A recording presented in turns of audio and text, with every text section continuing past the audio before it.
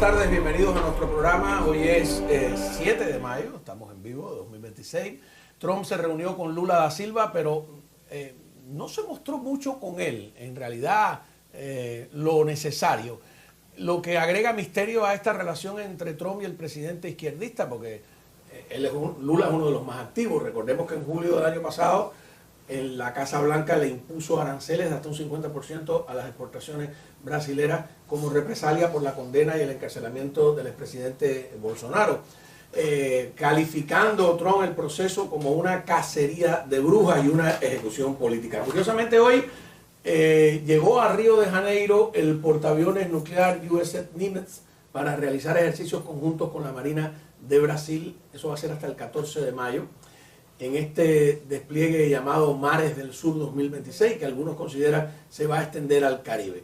Pero Lula dice que Trump le prometió que no iba a invadir Cuba. De todos modos, entre los voceros del régimen castrista se empieza a notar nerviosismo. Algunos de los más oportunistas, esos a los que la doble moral se les nota a 10 leguas, le han puesto incluso fecha al ataque estadounidense, como es el caso de Jorge Legañó, quien advirtió que la administración estadounidense podría estar preparando alguna acción para el 20 de mayo. No sé dónde sacó la fecha, porque también he oído algo de eso por acá.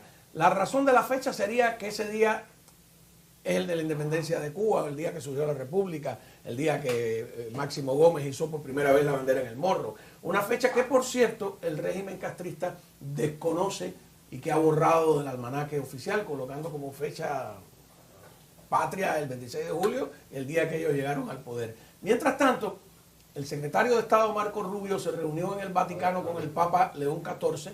Rubio estará 3 días por allá. Ya vimos lo que había declarado Rubio sobre el rol de la Iglesia en el caso de Cuba, incluyendo el destino de la ayuda humanitaria enviada por Estados Unidos.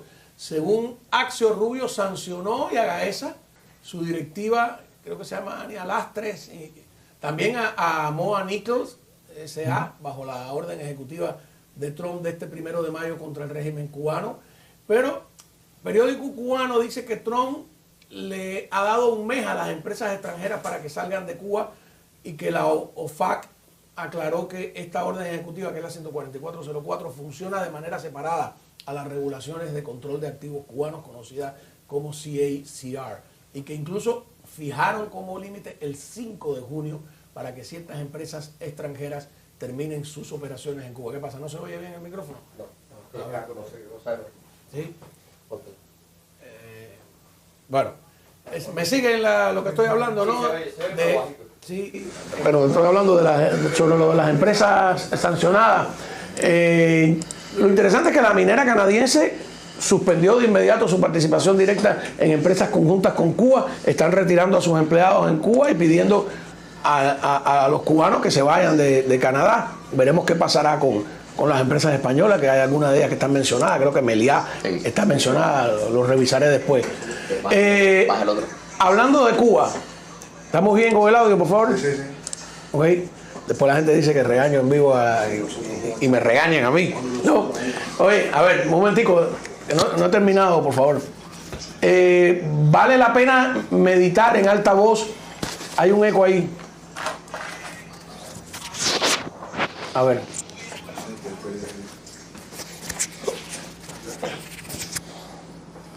¿Puedo seguir? Sí, tú puedes seguir. Sí, pero hay un eco. Ok. A ver, déjame presentar mejor a los invitados antes de seguir, porque tenemos a Rolando Cartaya con nosotros. Nos encanta que estés aquí. Bienvenido, Rolando, ¿cómo andas? Muchas gracias, hermano. Sí, te hemos recibido con... Y encantado de estar también con el otro invitado, a quien no conocía, hemos hablado muchísimo, pero... Oscar Casanela, bioquímico, ha estado varias veces con nosotros, así que se conocían de hablar tú desde Cuba y él desde acá. Sí, con él, con Juan Antonio Blanco, durante años estuvimos colaborando porque yo les enviaba las fichas, la información de represores cubanos.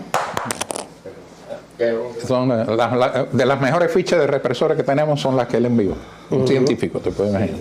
Y bueno, y también gracias a la ayuda que me dieron, pues yo me hice de toda laptop, teléfonos, incluso pude conseguir bolígrafos, relojes y y gafas que tenían cámaras pequeñas, cámaras ocultas, y yo pude recopilar mucha información, el video y o sea, los hechos como tal de la sí. Mira, mientras aparece el micrófono, déjame decirte algo que ya había hablado ayer, pero que quiero saber qué piensan ustedes. Mi impresión es que están preparando el régimen con esta estos cambios migratorios, que están preparando el terreno jurídico para, si se ven obligados a replegarse o incluso a escapar de algún modo de la isla, tener una salida y no perder las propiedades. Es decir, que siguen apostando a que Trump no haga nada violento, pero por si acaso están armando la piñata. Fíjense que los pasos que han dado, yo sé que es un enfoque distinto, porque el obvio es que quieren inversión de los exiliados, pero también me parece que tiene esta otra jugada. Lo primero que hacen es que van a permitir que un cubano pueda vivir fuera del país sin perder las propiedades que tienen dentro. ¿Te acuerdas que antes había hablado sin perder la casa? Ajá. Pero aquí han usado el término propiedades. O sea, si tienes un paladar, un negocio, qué sé yo, pues puedes seguirlos administrando desde afuera, como sé que hay gente que lo está sabiendo ya también en estos momentos. Luego eliminan el límite de 24 meses para residir en el extranjero sin regresar. Dice que ya puedes estar todo el tiempo que tú quieras fuera y no pierdes nada ni ningún privilegio legal, aunque dentro de Cuba, y eso vamos a verlo porque también están permitiendo que la doble ciudadanía, ellos lo están llamando de otra manera, pero muchos de los familiares de los dirigentes o de los propios dirigentes comunistas, de los retirados, están asentados en el extranjero, ¿no? Eso lo hemos comprobado varias veces, llámese Madrid, Londres o el propio Miami. La otra medida que anunciaron es que van a permitir, como dije ya, la doble ciudadanía, a la que le llaman ciudadanía efectiva. O sea, que es como si estuvieran preparándose para una larga estadía afuera, pero con un pie dentro. Lo que me parece raro es que los cambios no se hagan efectivos hasta dentro de 180 días. Yo no sé si ellos tienen 180 días para, digo yo, pero ellos sabrán por qué. El otro aspecto del que ya se venía hablando hace rato es el de la posibilidad de invertir para los cubanos que viven fuera. Ellos le llaman condición migratoria de inversor. Sirve para atraer capital, pero también para que los dirigentes comunistas o sus familiares puedan vivir lejos y seguir administrando desde la distancia los negocios en la isla bajo la fachada de inversionistas. Como tantas cosas que suelen hacer, aquí matan varios pájaros de un tiro. Uno, consiguen titulares de la prensa idiota que, bueno, Cuba hace reformas de apertura que va a permitir a exiliados invertir y toda esa basofia. Segundo, ante la abstinencia del verdadero capital extranjero, intentan atraer dinero ingenuo de cubanos en el exterior.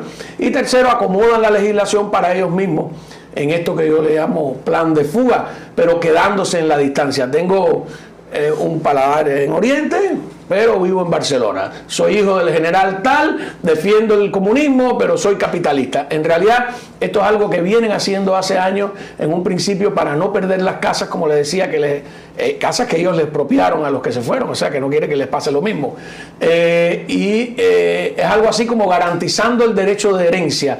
La revolución es una suerte de bien material, ¿no?, que ellos traspasan a su descendencia, y como ellos mismos son los que escriben el marco legal, aprovechan la ventaja por si las moscas. Así que vamos a abrir el debate. Ya estamos ya bien todo con los micrófonos en ristre.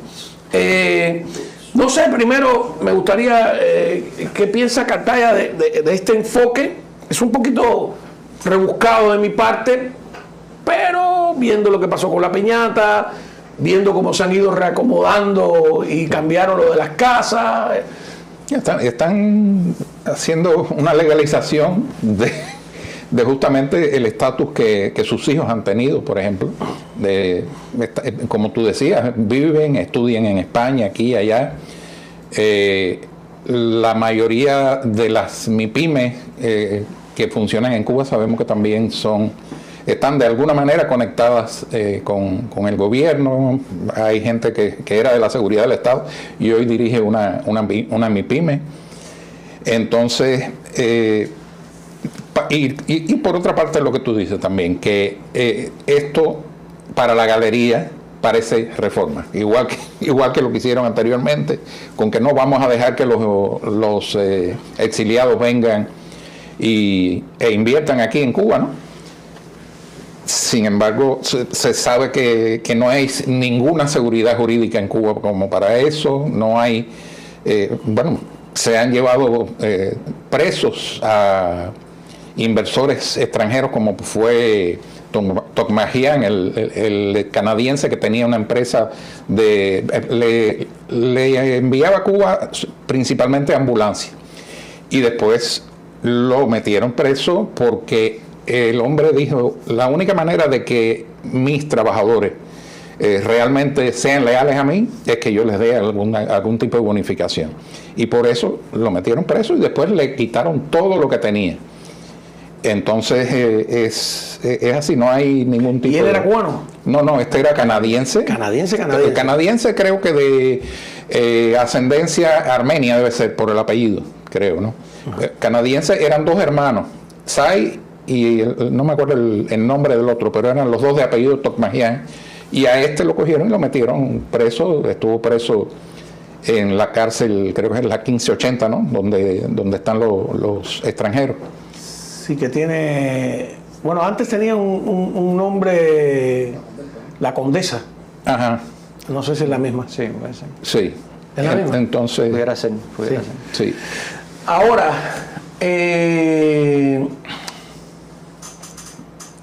ellos juran y perjuran que el pueblo los apoya, que han recogido 6 millones de firmas dispuestos a morir por la revolución. Entonces, hay varias encuestas encadenadas, muy curioso, pero una de las primeras encuestas que se hizo en Cuba se hizo, yo no sé si antes o después de la pandemia, pero en el año de la pandemia, ¿no? En el 2020, la que tú hiciste, Sí, y que ya mostraba una tendencia clara, ¿no? Háblame un poco de eso. Sí, la encuesta la realizamos, primero fue una coalición que se llama Compromiso Democrático, y que fue, digamos, una plataforma, varios líderes opositores, activistas, fueron los que firmaron ese documento que se llama Compromiso Democrático. Uno más que también habla de la transición y de todo ese plan para la transición. Y una de las cosas que hicimos fue llevar a cabo vamos a decirle, no encuesta, sino un sondeo, porque realmente fueron 3 preguntas las que se hicieron. Pero se hizo en 11 provincias. El principal iniciador y gestor y financiador fue Eduardo Pérez Bengochea, un exiliado cubano que ha muerto recientemente. Que murió recientemente. Amigo nuestro, un gran tipo. Y bueno, yo fui el principal coordinador y diseñador de la encuesta, pero también ahí participaron, y voy a leer para no herir a nadie de los que participó. La otra persona que ayudó muchísimo fue Leticia Ramos Herrería. También José Daniel Ferrer, Lázaro Yuri Valle Roca, Julio Casas Sotolongo, José Díaz Silva, Lourdes Esquivel, Coco Fariña, Félix Navarro, Juan Alberto de la Nuez, Marta Beatriz Roque, René Gómez Manzano y Fernando Palacio. Estos fueron los coordinadores, pero no ejecutaron la encuesta. Nosotros lo que hicimos fue durante casi un año, varios meses, buscar a las personas que quisieran buscar la respuesta, que tuvieran la curiosidad y que fueran o activistas de muy bajo perfil, o que no fueran activistas, pero que tampoco fueran del régimen, para que no tuvieran vigilancia sobre ellos, que fueron los que realmente realizaron la encuesta. El trabajo más duro fue buscar a los encuestadores y entrenarlos sobre todo. Hay un dato que a José Antonio le llamó la atención, que es la pregunta si desea usted proseguir con el sistema de partido único, el Partido Comunista. Y es importante esa pregunta porque el régimen, no me quites la gráfica, todavía se empeña en que eso es intocable, en que en una negociación con Estados Unidos eso no puede estar sobre la mesa. Pero la encuesta de ustedes dice que el 73% cree que eso hay que cambiarlo, ¿no? Mira, la encuesta se hizo unos días antes del cierre por la COVID. La gente no se acuerda y el régimen ha creado la imagen o el discurso de que la situación de Cuba se agravó por la COVID, pero ya estaba agravada desde verano del 2019, cuando Díaz-Canel habló de la coyuntura. La encuesta recogía respuestas de sí y no dicotómicas, pero el feedback que nosotros recogimos de 11 provincias, se encuestaron a más de 4.000 personas, fue que las personas estaban hartas y que lo que querían era un cambio, la inmensa mayoría, o sea, 73.7% querían un cambio a pluripartidismo. Y la segunda encuesta, la segunda pregunta hablaba de si querían o no que existieran empresas medianas, pequeñas y grandes, privadas. Y prácticamente el 100% dijo que sí. O sea que hay un porcentaje, ese 20 y tanto por ciento, que quizás quiere un modelo como el de China o el de Vietnam. O sea, no quieren que haya otro partido, pero sí quieren libertad económica. Sí, ese es como Sandro Castro. Ajá, pero esto es de antes de la pandemia, desde ese momento hasta acá. Con la crisis humanitaria que hay. Con la crisis humanitaria, yo estimo que ahora, si repitiéramos esta encuesta, más del 90%, bueno, esa es mi estimación. Si repites esta encuesta ahora, la gente va a decir, oye, ¿Trump cuándo viene? La mayoría de las personas con las que yo hablo en Cuba, es un desespero. Esa es la pregunta. Sí, ¿Cuándo van el hombre cuándo llega? ¿Cuándo llega el hombre? ¿No? Es una cosa tremenda. A ver, eso es importante porque te pone el contexto de si se está en contra o a favor de la voluntad popular. Marco Rubio advirtió hoy que las sanciones van a continuar hasta que el régimen ceda y haga reformas. El tema que yo veo es que la reforma tendría que cambiar la Constitución. Porque la Constitución dice que el socialismo es irrevocable, que el Partido Comunista es el partido único, usan ese término, único, y además el rector el partido está por encima del Estado. Y todos los derechos hay que ejercerlos de acuerdo con eso mismo, o sea, con el mantenimiento del statu quo. Entonces, no sé cómo era. Pero Lula da Silva, en vez de hablar hoy de Brasil, terminó discutiendo con Trump de Cuba. Es una cosa muy curiosa. Dice algo que yo creo que es mentira. Y creo que es mentira porque él mismo para protegerse, tira un entre paréntesis. Dice que Trump le prometió que no iba a invadir Cuba. Entonces dice, si eso fue lo que entendí del traductor, esa aclaración me parece tremenda. Dice, si lo que escuché de la traducción fue correcto, fíjate ahí, está poniendo el parche antes me dijo que no piensa invadir Cuba, y creo que eso es una gran señal, sobre todo porque Cuba quiere dialogar. Como decían en los exámenes en Cuba, explíqueme explique la respuesta. Trump tampoco invadió Venezuela. O sea, hubo una acción militar, pero no hubo una invasión. En la guerra moderna, que esta doctrina que tienen ellos de la guerra de todo el pueblo no funciona, porque es una doctrina que es más bien procedente de la guerra de Vietnam.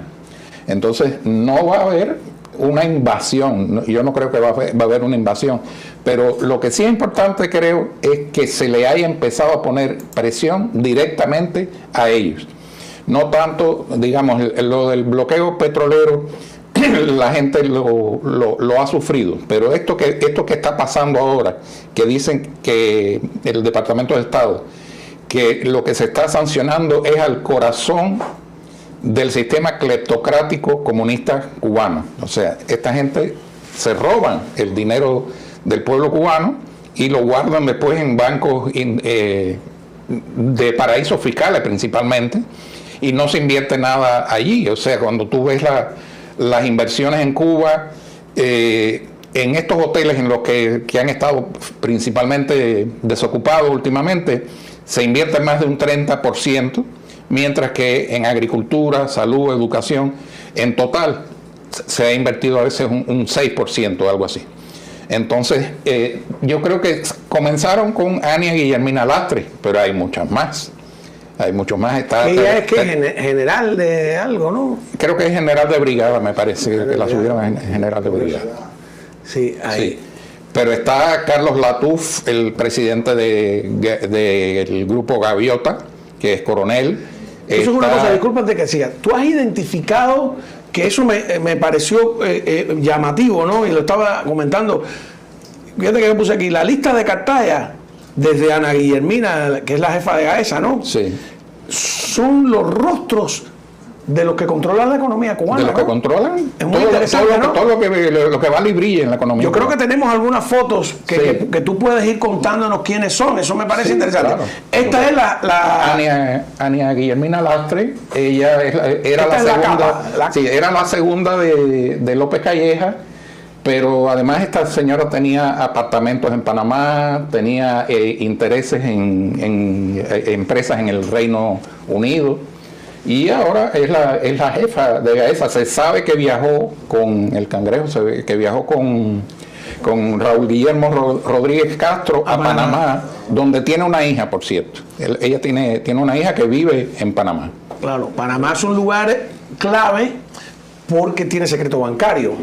Espérate, antes, déjame, no hemos terminado con ella. Hay más fotos de ella incluso por ahí. Porque ella viene, yo creo que del liderazgo juvenil, estuvo en cuanto a organización de la Unión de Jóvenes Comunistas, de la FEN, de la FEU, de todo, que esa es es curioso porque de ahí ha explotado todo el mundo que vino por ahí. Luis Orlando Domínguez se llamaba, ¿no? Sí, sí. El propio Robaina, el propio Pérez Roque, bueno, Pérez Roque era el grupo de apoyo, pero el Laje también venía de esa cantera, ellos dicen así, ¿no? Pero hoy le han dado duro, los han machacado contra esa cantera, así que esta es una sobreviviente. Y mi pregunta siempre malévola, ¿con quién está casada? El esposo creo que también no me acuerdo el nombre de él. Porque generalmente esos son también sí. Ella cuando viajó a Panamá viajó con el esposo. Son vínculos importantes. Y está también vinculado a GAESA. Vamos a ver el próximo. Ahí. Sí. ¿Quién es? Si quieres. Estamos hablando de los rostros de los que controlan la economía cubana. Héctor Oroza Busutil, el presidente de CIMEX. CIMEX se sabe que es una de las ramas que, por cierto... Del MININ, ¿no? Todos ellos son coroneles, no, son de las Fuerzas Armadas. Todos ellos son de la Fuerza Armada. Pero CIMEX no era antes del MININ. Fue del MININ, sí. Fue del MININ, pero después de los Ochoa. Después de los Ochoa, el MINFAR lo intervino. Ajá. Por cierto, la investigación que hizo hace alrededor de un año el Miami Herald acerca de que tienen como 18 mil millones de dólares guardados en bancos de estos de paraísos fiscales o en el Having Bank, tal vez allá en Londres, se hizo con documentos de CIMEX. O sea, documentos de CIMEX que tuvo tiene una presencia en Panamá total. Nora Gámez. Total. Y MC trabajaba a través de Panamá también, que era... Yo no sé si existe eso, todo ese... Tú dices de la Guardia y eso. Sí, por ahí empezó. Que estaban encargados de romper el bloqueo. ¿Tienes más rostros? Sí. Vamos a verlo antes de ir a la pausa brevemente. Sí. Para contar. ¿Quién es este? Este es el vicepresidente de mercadeo del grupo Gaviota. Él se llama Fran País Oltuski Rodríguez. ¿Fran País? Fran País Oltuski Rodríguez. Pero Oltuski no es uno de la microfracción. Me imagino que estarán relacionados, sí. Sí, curioso. Del grupo, como te digo, de mercadeo del grupo Gaviota. Este es Amadito, José Amado. Este es el secretario de Raúl Castro, pero además tuvo un papel fundamental en la creación de la GAESA a finales de los años 90. Esta señora también, tengo que buscar, Leticia Morales. Ella ha tenido también propiedades fuera de Cuba y ha sido viceministra de Comercio Exterior. No sé si mantiene el cargo, pero estaba vinculada a GAESA por eso, porque tenía propiedades fuera de Cuba. Este es Raúl Finalé, es el nieto del viejo Finalé que era el patrón de los barcos de Fidel Castro. Los barcos que tenía Fidel Castro en Cayo Piedra, que tenía como 3 barcos. El abuelo de él era y actualmente es el jefe de las marinas de Gaviota. Qué interesante, ¿no? Qué aristocrático. Este señor Joel Calzadilla ha estado vinculado a GAESA, aunque actualmente tengo entendido que trabaja con ETEXA, pero también ha sido testaferro. O sea, hay muchos de ellos su nombre aparece para esconder al verdadero dueño. Exacto. Esta es Diana Rosa Rodríguez Pérez. Esta es la directora de Orbit, la compañía que crearon cuando fueron a sustituir Fincimex. Sí, cuando sancionaron a Fincimex, crearon Orbit, y da la casualidad que Orbit estaba al lado de Fincimex. Incluso muchos de los trabajadores de Fincimex estaban trabajando en Orbit. Y es la que controla las remesas. Que eso es importante en la nota del Departamento de Estado, que identifica sectores que están controlados por Gaesa. Ella controla las... ¿Todas estas personas están sancionadas o unas sí y otras no? Algunas sí y otras no. Justamente me pareció interesante que la gente conozca quiénes son estos directivos de Gaesa, porque me imagino que las sanciones van a seguir y todos ellos están vinculados, todos ellos están... Esa se llama Grupo de Administración Empresarial. Es un nombre que en el fondo no dice nada, ¿no? Es como es como Combinado del Este, que tú crees que es un combinado lácteo o algo de eso. Sí, nadie cree que es una prisión, ¿no? Pues, es una cosa, ¿no? Tremenda. Vamos a seguir con este tema. También un poco lo de la regulación del control de activos cubanos que menciona la OFAC o OFAC, como quieras llamarle. El tema de que la orden ejecutiva del 29 de enero se repite el 1 de mayo, pero yo creo que le aumentan algunas cosas en definitiva. Y lo que está pasando desde el punto de vista militar es interesante, con 2 portaaviones que, ¿sabe que ya Lincoln lo traen de vuelta? Sí, escuché yo decir eso. Y hay quienes siguen los mapas de vuelos, de vuelos alrededor, es como un bojeo a Cuba casi constante por aviones que son aviones de reconocimiento y o sea, para captar datos y ubicaciones. Lo bueno de estas sanciones, de estas últimas rondas de sanciones, que son específicas. No pueden decir que si eso afecta al pueblo, no, están hablando con nombres y apellidos, están hablando de empresas específicas, que no es todo. Pero la otra cosa es que yo no me confiaría, porque ellos han sido muy habilidosos, ellos tienen mucha experiencia en evadir, ellos van a usar todo tipo de métodos y traquimaña para evadir sanciones. Van a crear nuevas empresas, van a utilizar las criptomonedas, van a buscar nuevos testaferros en nuevos bancos o nuevos paraísos fiscales, en fin. En eso tienen mucha experiencia. Eso desgraciadamente, yo creo que son necesarias y las aplaudo. Ojalá hubieran llegado antes, pero creo que no va a ser suficiente. Yo creo que el régimen, los miembros del régimen saben que su garantía para mantener su vida y su libertad es mantenerse en el poder. Hay una cosa importante también en esta nueva orden ejecutiva, y es que creo que por primera vez se menciona a los represores, directamente a la gente que tiene que ver con la represión, con las violaciones a los derechos humanos. O sea, no es solo los dirigentes del gobierno y del Partido Comunista, sino que por primera vez había un párrafo en el que se menciona a los represores. Nosotros solamente en la lista de represores cubanos, en el proyecto, tenemos más de 1.200 identificados. Entonces, y eso porque no tenemos más, porque no tenemos ni más personal ni más recursos, pero ahí están, con sus nombres, apellidos, direcciones y todo. Yo tengo, yo envié 34, tengo más y no he enviado más porque estoy tratando de enriquecer la información, pero yo creo que es importantísimo que estos represores empiecen a sufrir consecuencias, porque desgraciadamente es una cosa que me duele. Muchos de estos represores, por ejemplo, de los que fueron mis represores políticos en Cuba, los denuncié en el sitio y entraron aquí a Estados Unidos de forma legal. Están aquí. Y sí, les dieron visa o parol y según tengo entendido ya tienen hasta residencia.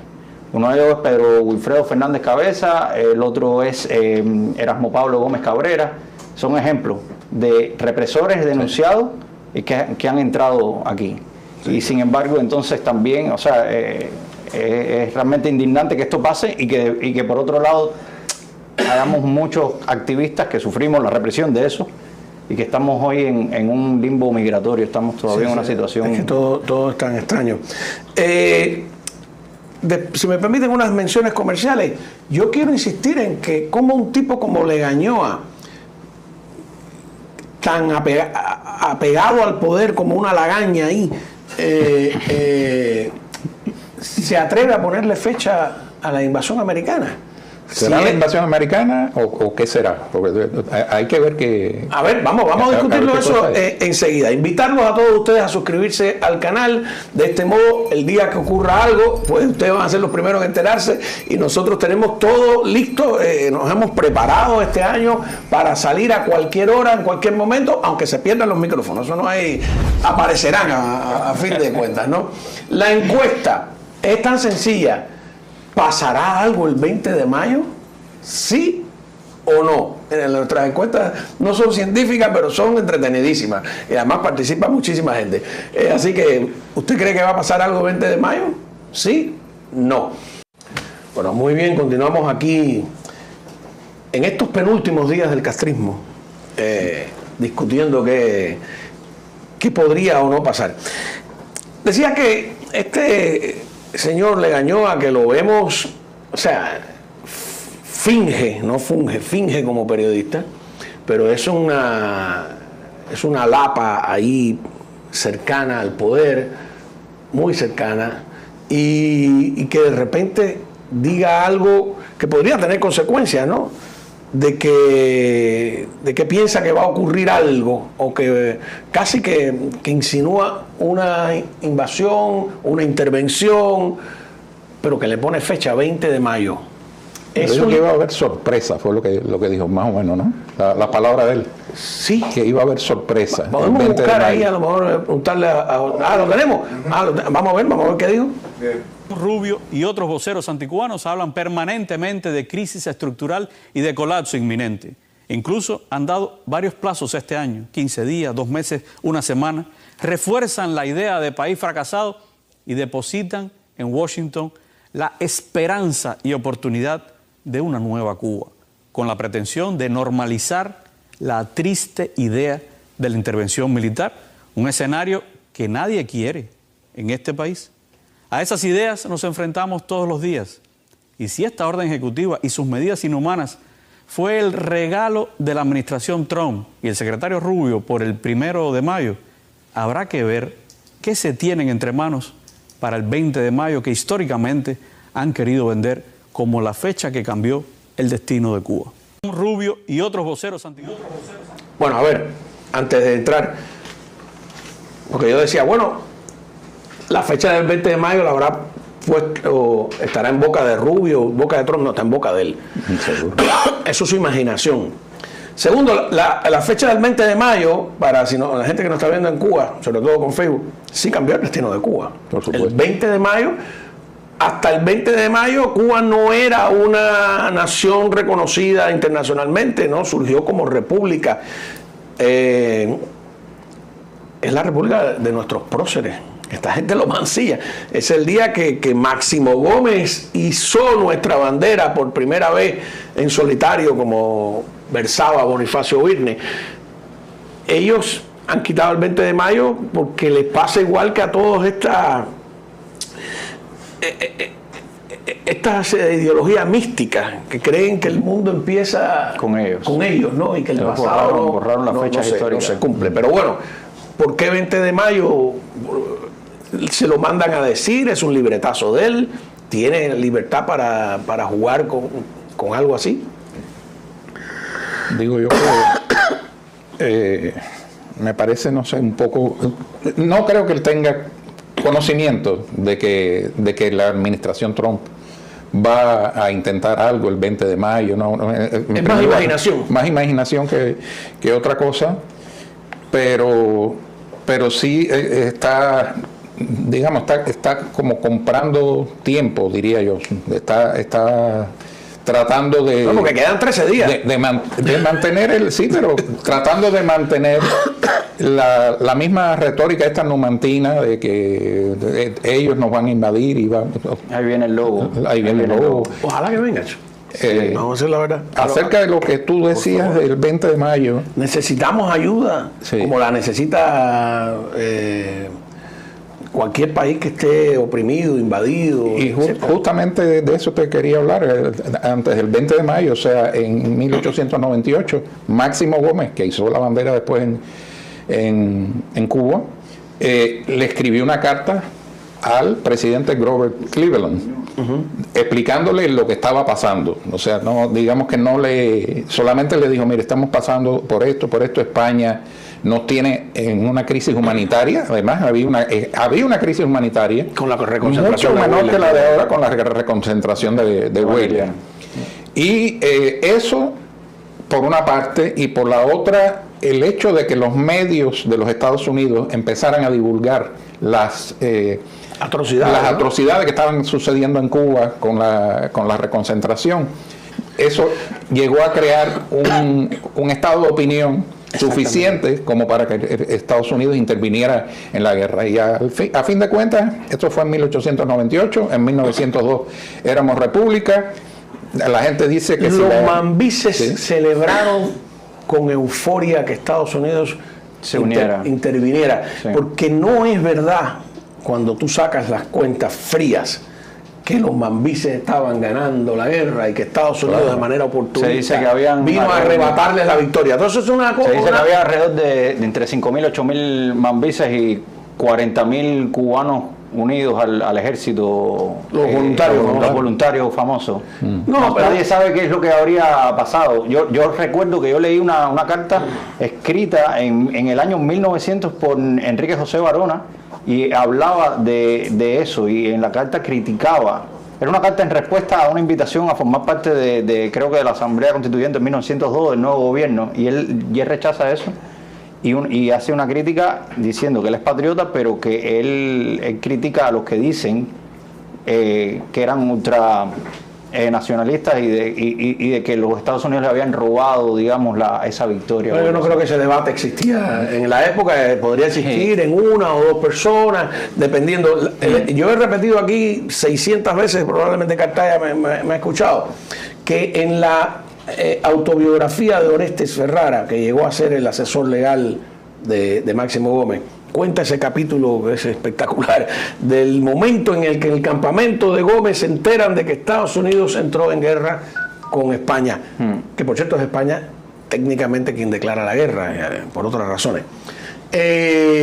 Y dice que la euforia, la alegría de nuestros próceres de la independencia, hay que decirlo 600 veces, fue tal que Máximo Gómez tuvo que decir, calma, que no hemos ganado todavía la guerra, ¿no? En el momento en que tiene la noticia de que se unía el ejército americano. Que se declaró la guerra, empezaron los debates, y bueno, si la Armada Española. El ejército español es el ejército más grande que cruzó el Atlántico hasta la Segunda Guerra Mundial. 200.000 soldados españoles, que la verdad que no sé si eso es contando la guerra de 68, tendría que revisar los números. Eso es nada. Cuando Cánovas del Castillo dijo que iba a gastar hasta el último hombre, hasta la última bala, y que tenía una bala para Martí, una bala para Máximo Gómez y una bala para Maceo, oye, le faltó una nada más, ojo. O sea, era una cosa tremenda. Un libro que los cubanos no leemos, porque yo creo que incluso la República no lo mostraba, es Mimando en Cuba, se llama, escrito por Valeriano Weyler. Es muy interesante porque es el otro punto de vista, ¿no? Era un desastre, como tú dices, lo que estaba pasando. Pero entonces, ¿qué lección aprendemos de todo eso? Ahora que somos que si los imperialistas, que si no sé qué, toda esa basofia nacionalista. Esos prejuicios, yo creo que es hora de que las personas que estén a favor de que Cuba sea libre, de que Cuba tenga una democracia, de que termine esta crisis humanitaria y de que este gobierno termine, cierren filas. Yo no creo que es hora de estar diciendo, como he visto en estos días en las redes sociales. Sí, no quiero entrar en el debate, pero sí yo creo que decir que Cuba está atrapada entre un gobierno que no le importa el pueblo de Cuba y un norteamericano que no le importa el derecho internacional. Yo creo que ese derecho internacional es el mismo que está defendiendo Bruno ¿Qué es el Rodríguez. derecho internacional? Vamos a ver, que esa abstracción, que eso es un refugio para un montón de maldades, porque cuando ellos se metieron en Angola, en Etiopía, en Mozambique, en Nicaragua, en Salvador, en Bolivia, era internacionalismo proletario. Qué bonito. No. Y donde quiera que haya una causa, habrá un revolucionario cubano. ¿Te acuerdas aquella discurso de Fidel que está por ahí por las redes? Ahora, cuando es al revés, el imperialismo yanqui. El imperialismo yanqui. No, pero Cuando Fidel apoyó, que eso fue una cosa que sorprendió a mucha gente, y eso Carlos Franqui lo cuenta muy bien, apoyó la invasión soviética a Checoslovaquia. Fidel Castro, las generaciones nuevas, apoyó abiertamente y sorprendió al pueblo cubano con eso, porque la invasión en 1968 soviética, criminal, asesina, injustificada, solo para mantener a los comunistas. Entonces, eso era internacionalismo proletario. Pero yo creo que no hay un ejemplo en la historia de un régimen totalitario que caiga porque el propio pueblo pueda derrocarlo. Siempre ha tenido que necesitar ayuda externa. Totalitario, para mí, por ejemplo, sería un régimen como el de Cuba, como el de Corea del Norte, porque incluso después que llega Gorbachev a la Unión Soviética y empieza con todas estas políticas de la perestroika, todo eso, le quita todo el apoyo y el compromiso de entrar en los países del bloque socialista, y en muchos de estos países, como la Polonia, no tenían el control social que tiene el régimen cubano sobre la sociedad cubana. No tiene ese nivel de control social. No era un Estado tan totalitario, vamos a decir, si vamos a poner grado de totalitarismo. Y yo creo que no hay un ejemplo de un pueblo que haya podido sacudirse una dictadura totalitaria. Creo que siempre ha necesitado ayuda externa. Yo estoy de acuerdo contigo. Lo voy a justificar después, pero ibas a decir algo. No, sí, lo que te iba a decir es que una prueba de eso lo vimos, por ejemplo, en marzo, en este informe mensual de protestas que nosotros procesamos todos los días. Llevamos una bitácora con todo lo que sale en los medios, en las redes sociales, protestas, denuncias, expresiones críticas.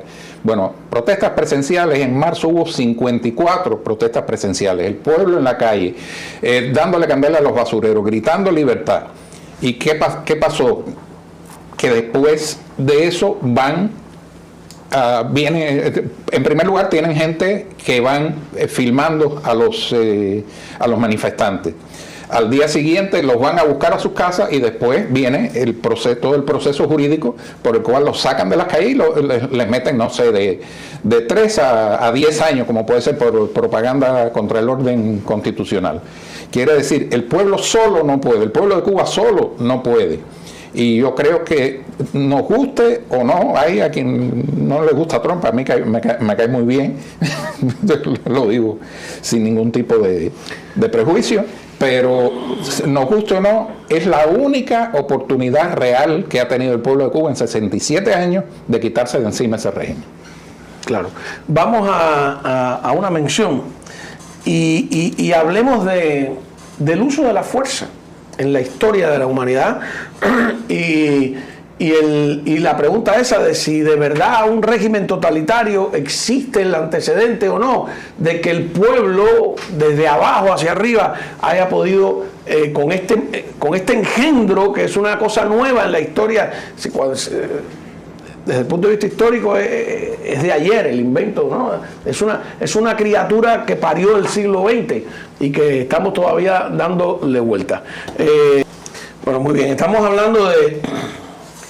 No nos queda otra alternativa que especular, porque saber qué va a pasar, cuándo va a pasar, aunque le engañó a Díaz lo que diga, no lo sabemos, ni ellos allá, ni nosotros aquí, a lo mejor no lo sabe ni Trump. Todavía sí, digo yo, en algún momento habló de que iba a traer el portaaviones más grande del mundo. Abraham Lincoln, que ¿para qué? Yo creo que ya, porque tú puedes revisar, José Antonio, si es verdad eso de que ya está regresando. No aparece por ningún lado, ¿no? Y no encontré, no todavía. Lo que sí, el Nimitz sí está ahí en... Sí. Pero sí dice, Joanny Sánchez sacó una nota donde dice que las palabras que más escucha en estos días en La Habana son aviones y portaaviones. Aviones porque se montan en el avión y se vayan, y portaaviones por este anuncio de Trump. Ramiro Valdés, que por cierto no aparece, debe pasar algo, ¿no? Estuvo bastante grave recientemente, sí. Pero no se sabe qué pero bueno, Ramiro Valdés, ¿te acuerdas que hubo una etapa que estuvo como de civil entre cuando lo destituyen como ministro del Interior y le dieron unas cosas ahí económicas y qué sé yo? En la comunicación. Sí. Ajá. Pero antes de eso tuvo un periodo de empresario, iba a Madrid y algunos exiliados cubanos que yo conocía, y eso fue Voz Populi aquí, no sé cómo lograron reunirse con él en algún momento en un sitio en Madrid. Eran todos partidarios del diálogo. Déjame apagar aquí esto, disculpa. Eran partidarios del diálogo y de la salida pacífica, civilizada, una conversación. Y dice que iba muy bien todo, y Ramiro, lo más simpático, qué sé yo, hasta que le plantean abiertamente, mira, y que Ramiro dijo una frase, y eso me lo dieron por lo menos 3 personas que estuvieron ahí. Dice, bueno, nosotros llegamos por las armas, nos tienes que sacar por las armas. Y así ha sido, ¿no? Está claro, sí. Ajá, entonces, lo que tú dices, yo tampoco veo ningún sistema totalitario. Sistema totalitario, estamos hablando, los fundamentales son el fascismo y su variante nazi y el comunismo, que ambos son de izquierda, pero peleados entre ellos. Eso es otra confusión. El nazismo, el nacionalsocialismo obrero, el fascismo, bueno, Mussolini fue hasta miembro del Partido Comunista, viene y crea toda esa cosa corporativista. Esos dos sistemas, el nazismo hubo que entrar hasta Berlín, ¿no? Ya sabemos lo que pasó en la Segunda Guerra Mundial. Pero la gente te dice, no, el muro de Berlín, Checoslovaquia, Hungría, Polonia, se liberaron, el pueblo se levantó y se liberaron. No, fue desde arriba en la Unión Soviética, fue Gorbachev. Exactamente. Fue desde arriba. Si Gorbachev hubiese sido Stalin y hubiese mandado los tanques, sabe Dios en qué discusión estaríamos todavía hoy en día. El proceso fue de arriba hacia abajo. Y yo creo que ahí, porque te acuerdas que Fidel desesperado cuando fue Gorbachev a Cuba, sí. El secretario general del Partido Comunista en cualquier país adquiere tanto poder concentrado que cuando decidió hacer unas reformas que yo creo que se le fueron de la mano, yo no creo que él pensaba que iba a llegar tan lejos, a mí me parece que Gorbachev era una buena persona. Yo también. Era un comunista y todo eso, pero era una persona que creían que se podía reformar, ¿no? No, que no tenía esa mala entraña de Fidel, de Stalin, de Chávez, de toda esa gente. Él decide hacer la Glasnost, se empieza a ir de las manos, y cuando se va de las manos, que hay un capítulo tremendo, ¿no? En Polonia, donde de alguna manera los polacos no saben si es que va él hay una reunión, ¿no? Como en las afueras, en un tren, donde aparentemente creen los polacos que los soviéticos van a mandar los tanques, y le dicen, no vamos a mandar nada. Eso es con Jaruzelski, se llamaba. Jaruzelski. Con Jaruzelski. Y entonces, ese cambio de actitud es fundamental. Yo no estoy seguro, porque todo el mundo dice era inevitable. Pero todo el mundo dice era inevitable el día después. Nadie predijo 2 días antes la caída del muro de Berlín. Nadie. Yo he revisado. No hay un articulista que diga se va a caer el muro de Berlín. No lo había. No era imposible predecirlo, claro. Claro, entonces Reagan les puso mucha presión y prácticamente se le atribuye a Reagan y después. Sí, porque toda esa teoría de que en realidad la guerra de las galaxias hicieron quebrar a la Unión Soviética, esos sistemas funcionan quebrados. como este. Sí, sistemas funcionan quebrados. Entonces, sí es válido pedir ayuda. Si tú eres el más débil y hay un abusador que te está ahí aplastando y te está, pues pedir ayuda me parece lo más legítimo. Además, la dictadura sí pide ayuda. Claro, y pide ayuda. ¿Por qué la dictadura puede pedir ayuda a Venezuela, a que lo inunden con petróleo para que ellos puedan revender, a Rusia, a Irán, a China? Y entonces, ¿por qué el pueblo no puede hacer lo mismo? Pedir ayuda para liberarse de la dictadura. Y además, cuando se sintieron cómodos, se volvieron ellos imperialistas, que hacían miles de soldados cubanos en Angola, en Etiopía. Creo que hay un momento donde los soldados cubanos, en una confusión de esa, estaban de los dos bandos. Había una bronca entre Etiopía y Eritrea, y creo que había soldados cubanos en los dos lados. No sé, tendría que revisar los especialistas. Benemelis, que sabía mucho de ese tema, Sí, ¿no? sí, chico. Qué pérdida es. Sí, sí.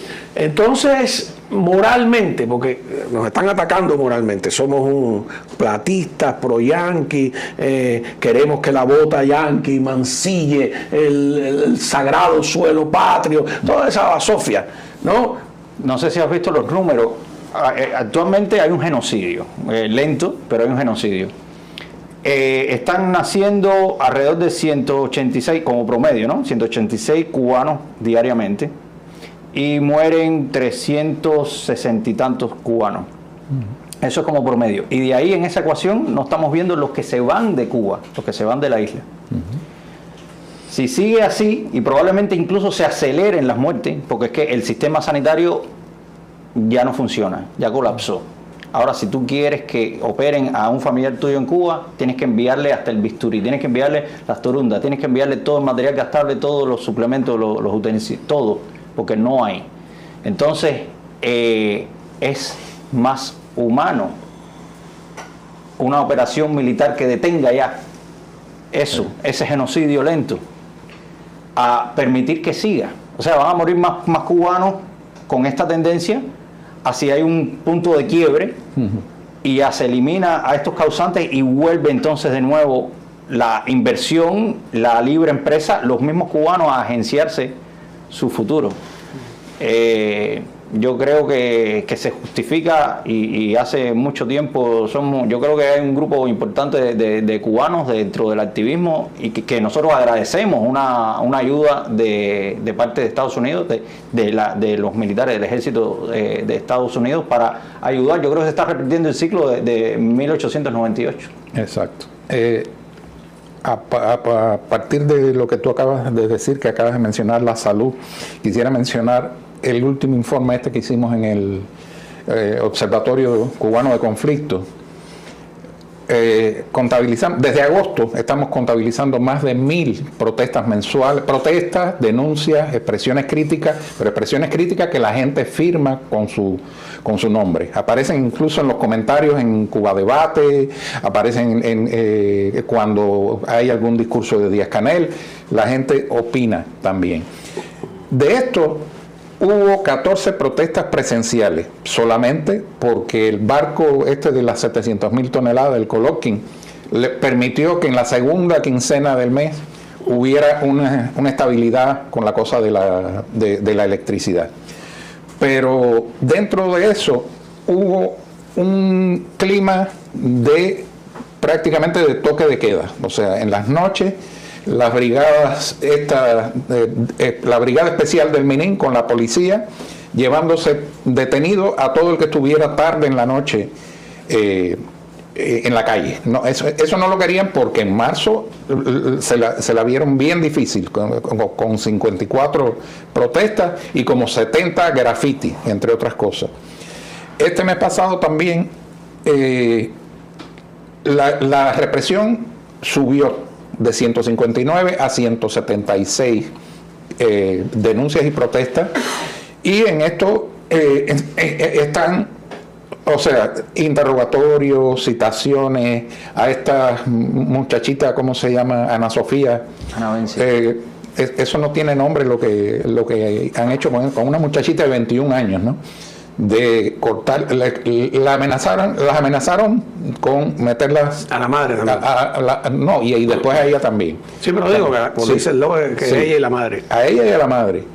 Y después de eso le cortan la internet, le cortan el teléfono y las tienen prácticamente en prisión domiciliaria. O sea, la represión aumentó y se seguirá aumentando. Y otra cosa que fue muy significativo, creo, fue la cantidad de denuncias y protestas por la inseguridad ciudadana. Saltó de 85 en marzo a 185 en abril, con 40 personas muertas por la violencia de género, la violencia social, criminal e incluso intrafamiliar. 40 personas muertas, ¿en qué tiempo? En un mes. En un mes, y esas son las que se han podido contabilizar. Las que se han podido contabilizar, porque en Cuba no hay crónica roja. Bueno, pero tenemos, aquí en el exilio tenemos a Mayeta, tenemos a Niober Licea, que se ocupa especialmente de crónica roja, y tenemos a Juan Echezábal, que están aquí, pero reciben muchísimas noticias de este tipo. Y te digo, hubo 40 muertes por esta violencia y hubo 21 asaltos. Por otra parte, en el caso de la alimentación hubo 130 de estas protestas y denuncias, y vimos videos de hombres comiendo de la basura, unos niños tocando en las puertas para pedir, oiga, me tienen un pedazo de pan, un pedazo de plátano, porque nosotros no hemos comido nada. Y una señora ya mayor que dijo que llevaba 3 días sin comer, porque al mismo tiempo que se va reduciendo la canasta básica, que se sigue reduciendo y atrasando. No solo se reduce, sino que se atrasan las entregas. La gente tiene que recurrir a las MIPYMES, y los precios de las MIPYMES, que son más baratos que lo de las tiendas de gas. La gente que gana 3,000 pesos al mes no puede con eso. Un sobrecito de café de 250 gramos estaba costando 329 pesos en Camagüey. Esos son como 10 veces lo que gana un médico por hora. Y teníamos algo del gas también, Didier, que la gente está quejando del precio del gas. Empresa encabezada, porque es Guillermo García Fría, sí. Se enfría el gas.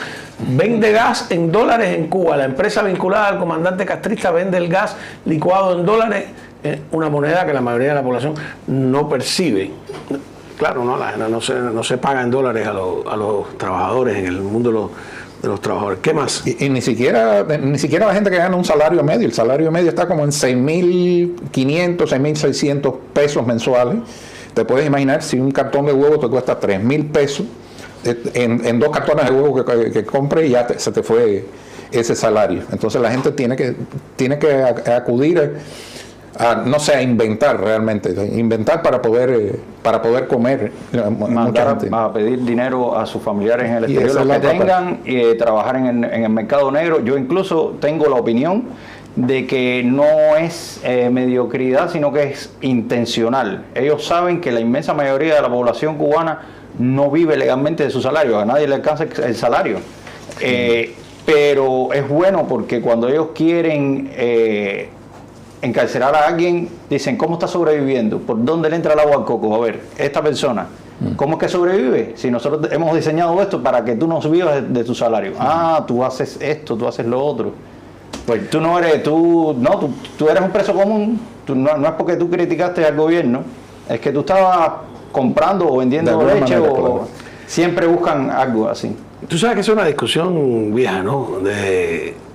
Ellos te hacen pasar hambre a propósito o porque el sistema no funciona. Debe ser una combinación de las dos cosas, ¿no?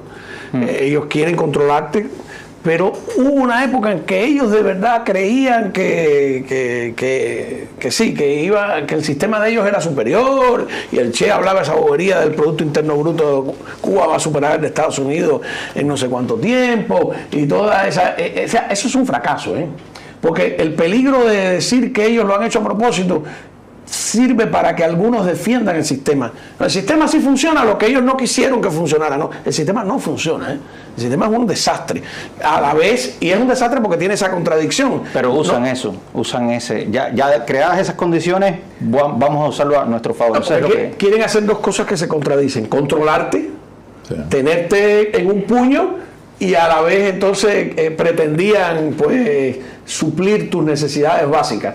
Entonces, cuando una cosa entró en conflicto con la otra, pues optaron, por supuesto, por mantener el control. No porque tú tuvieras una vida mejor.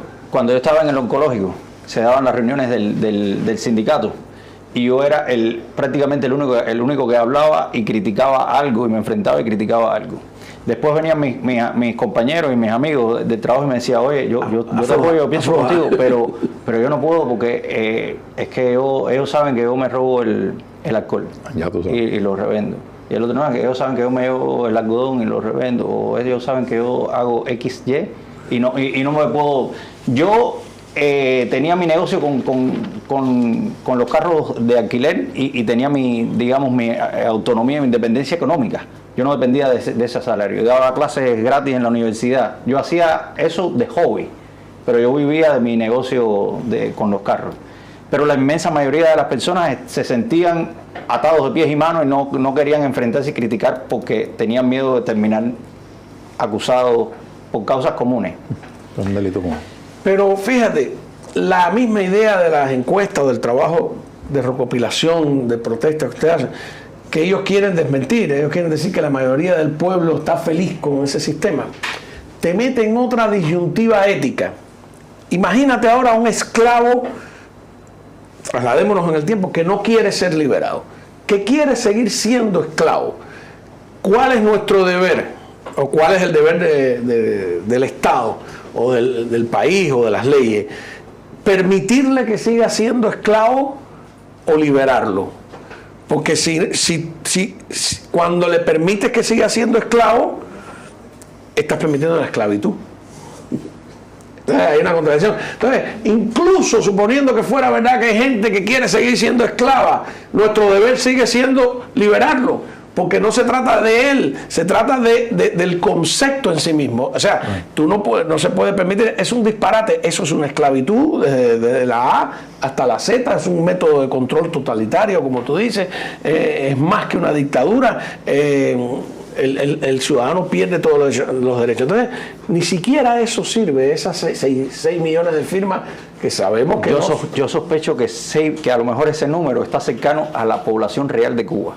Sí, claro, esa es mi estimación. Claro, porque hace rato que no son 10 millones. Yo veo todas las fotos de mis graduaciones con mis compañeros de aulas, desde primaria, secundaria, pre-universidad, y ya no veo a nadie que quede en Cuba. Todos están afuera. Y yo creo que muchas generaciones han pasado lo mismo. Mi estimación es, y además los que quedan en Cuba, ahora mismo la tasa de natalidad está por debajo de 2.2, o sea, ellos mismos lo reconocieron. Sí. O sea, que no hay un mantenimiento, ni siquiera, no un crecimiento, ni un mantenimiento de la población. Eso va a ser tremendo problema en unos años porque no va a haber quien trabaje. Sencillamente la población envejece. Activa no alcanza. No. Ya a finales del siglo XX yo había visto un pronóstico de que para el 2015 la mayoría de la población cubana o estaba en edad de retiro o eran menores de edad. Por lo tanto, el porcentaje de personas en edad laboral que tenía que mantener al resto era mínimo. No me acuerdo ahora de las cifras, pero era un cálculo que estaban haciendo por la baja natalidad, porque no hay nacimientos de reemplazo. Ponte a pensar que para que haya un reemplazo generacional, cada pareja tiene que tener dos personas. ¿No? Y para que haya un mantenimiento realmente es 2.1, porque siempre se estima que por accidente o por algunas causas, 2 exacto no, 2.1, pero sobre 2, claro. Sí, si cada pareja tiene un solo hijo, reduce la población a la mitad, teóricamente, ¿no? Déjame hacer otras menciones. Gracias a Dios estamos aquí en el capitalismo, tenemos patrocinadores, ¿no? Y eso de mancillar el suelo patrio que hablamos, yo quiero hacer un ejercicio de comparación. Recordar nuestra encuesta, que es muy sencilla, porque dice Legañoa que el 20 de mayo va a pasar algo y a lo mejor él sabe Dios, el cangrejo, el que llevó la carta, alguien le dijo, no sé, Legañoa, dinos, chicos, que aquí estamos locos por ir ahí a verte en persona. Nuestra encuesta es, ¿pasará algo el 20 de mayo? ¿Sí o no? A ver, hice una lista aquí. La cosa de mancillar el sagrado suelo de la patria y no sé cuánto. Todo lo que esta gente hizo, yo creo que el modo en que se humillaron ante los soviéticos, en un principio estaban medio rebelde con ellos, ¿no? Pero después cuando entraron en caja, que se quedaron, hicieron cosas. Ellos hablan mucho de la enmienda Platt, pero ellos incluyeron el nombre de la URSS en la Constitución. En la Constitución, sí. Cuando la URSS desaparece, tienen que cambiar la Constitución porque hablaban de un país que ya no existía, ¿no? O sea, esa era la enmienda Ulyanov, vamos a llamarle así, ¿no? Dos, los pioneros de mi época ya era una imitación de los consomoles soviéticos, ¿no? Pero por lo menos usábamos una pañoleta que era azul y blanca. La cambiaron y la pusieron igualita a los consomoles, roja. Y de un año a otro es de un color y de qué sé yo, y toda la... ¿Qué cosa? Los uniformes de los militares cada día eran más una imitación o el mismo uniforme soviético que ¿te acuerdas? Nosotros veíamos ante los soviéticos un poco, nos burlábamos de todos esos viejos que se aparecían llenos de medallas y medallas y de chapitas, aparecían, qué sé yo. De repente tú empezaste a ver a los guajiros aquellos cubanos también llenos de chapas como si vinieran de la guerra de Vladivostok, ¿no? Entonces, era una cosa tremenda, ¿no? Oficializaron el ruso. También. Empezaron a ver ruso por radio, Ruski Yazid Parayo. Mi generación más o menos todos sabemos decir, no, ya Panimayo, Paruski, no. Oye, a nosotros nos obligaban, esto es una cosa absurda. Nos pusieron una profesora rusa con los pelos que no se afeitaban. Ahí págate, está hablando de 9º grado, te lo juro, no es broma. Nos obligaban a saludar en ruso todos los días, uno distinto. Tavares Preparavatil, Grupo Nombre Trinasa Gatlovas Gluchat Urok. Fíjate que me lo sé todavía. ¿Qué quiere decir? Compañera, profesor, la clase número 13, ¿no? Está lista para escuchar la clase, ¿no? Tavares, Grupo Nombre Trinasa. Lo debo estar pronunciando horrible, ¿no? Porque te aprendías de memoria. O sea, a esos niveles, teníamos 12 años. Era una cosa terrible. Los encabezados en la prensa siempre tenían que hablar de la indestructible Unión Soviética, de la ayuda desinteresada de la hermana. O sea, era una frase de genuflexión terrible. O sea, por todos. Nos quitaron los muñequitos americanos para dispararnos los muñequitos rusos.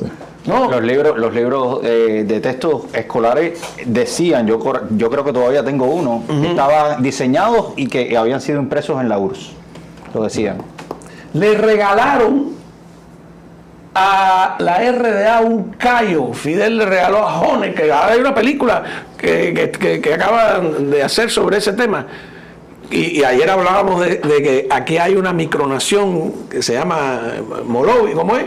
El Principado de Molosia, que le declara la guerra a la RDA y le dicen, bueno, pues la RDA ya no existe. Y dice, sí existe en ese callo cubano que Fidel le regaló a Honecker. O sea, se dio el gusto de regalarle, eso no se le ocurrió ni al peor de los presidentes de la República, regalarle un pedazo de tierra. No, que fue simbólico. Cuba dice que fue simbólico, ni simbólico. La batalla que dio el pueblo cubano por recuperar Isla de Pino. La enmienda Plaza acabó en los años 30 y ellos hablan como si hubiera llegado hasta el 59, ¿no? Utilizar a los cubanos como carne de cañón para los criterios expansionistas soviéticos en Angola, en Etiopía, en Mozambique, allí. Y en Ucrania. Y ahora en Ucrania.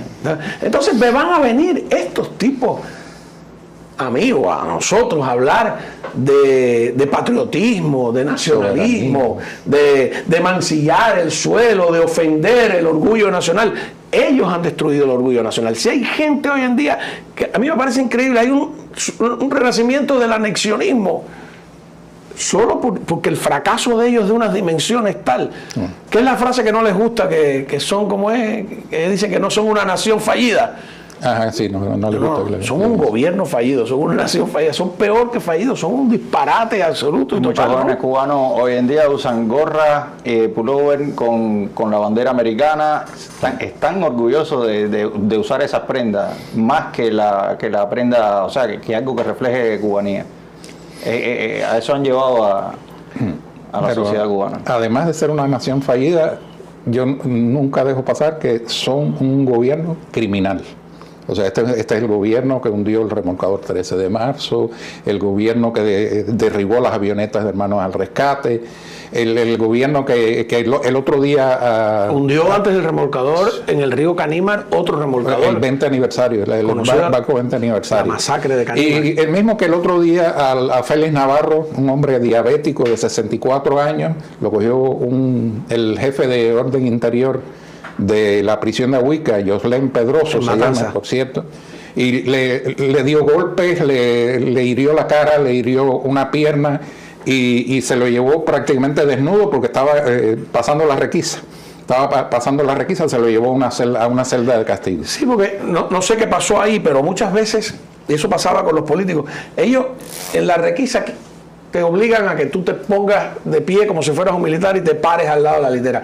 Y hay presos que no le daba la gana de hacerlo y eso se convertía en un asunto de proporciones. No sé por qué le dieron la golpiza. No, él estaba saliendo de la visita y te requisan al salir de la visita. Claro. Y creo que Félix tenía un pedazo de papel sanitario, algo de eso, y este hombre la cogió con este hombre que además estaba internado en la enfermería por su diabetes. O sea, sí, una persona mayor que además tiene el castigo doble ese de que la hija se la tiene presa también. Una cosa terrible.